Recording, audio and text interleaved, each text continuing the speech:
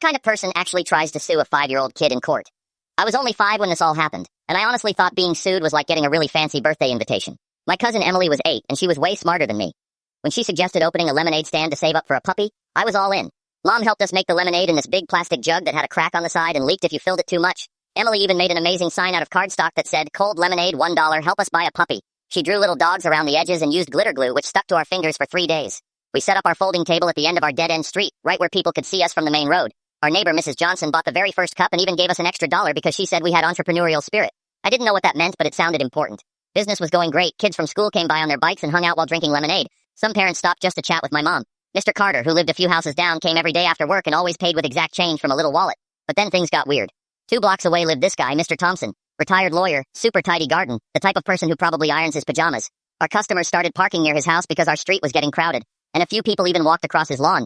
A couple of kids tossed their empty cups in his recycling bin, which apparently was the end of the world. The next Monday, I was eating cereal and watching cartoons when my mom started yelling from the front door. She was holding these papers that had been taped right onto our door, papers with my name on them, my name. I could barely even write my name, and here it was inside actual legal documents. The claim, written in perfect cursive handwriting, said our reckless commercial practices caused damage to his property and emotional stress. He was demanding $6,000. To me, that was like 6,000 trading cards. I started crying, thinking we'd have to sell our house. At first, Mom thought it had to be a joke. She kept saying no one sues a kindergartner while pacing back and forth in the kitchen, but then she called our family lawyer, Uncle Robert, and his response was, "Oh no, this is real. This guy is actually trying to drag a 5-year-old into court." The court date was set 3 weeks later. I had no idea what a courtroom was like, other than what I'd seen with my grandma on TV. I pictured myself sitting on a little box, wearing a tiny judge's wig, banging a toy hammer. Uncle Robert explained that Mr. Thompson had photographic evidence. He had pictures of people walking on his lawn, printed maps of our street, and even videos he'd taken from his window of customers passing by. On the day of court, I wore my best button-up shirt and these uncomfortable dress shoes that squeaked when I walked. The judge's chambers smelled like old books and floor cleaner. Mr. Thompson showed up in a fancy suit, carrying a briefcase that probably cost more than our car. I brought my coloring book and crayons, because Uncle Robert warned it could take a while.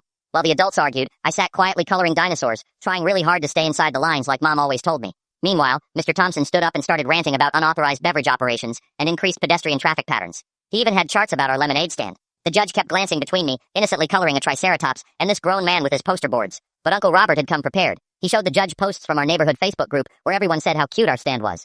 Mrs. Johnson had even shared pictures of us smiling behind our sign. The mailman commented that our stand brightened his day. On top of that, Uncle Robert had a petition with 52 signatures, calling the lawsuit ridiculous. The judge looked over all the evidence, then glanced at me coloring in dinosaurs, and just shook his head. Case dismissed.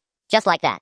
Mr. Thompson's face turned bright red as he mumbled something about property rights. But the best part, Uncle Robert filed papers of his own, not for money, but to stop Mr. Thompson from harassing the neighborhood kids ever again.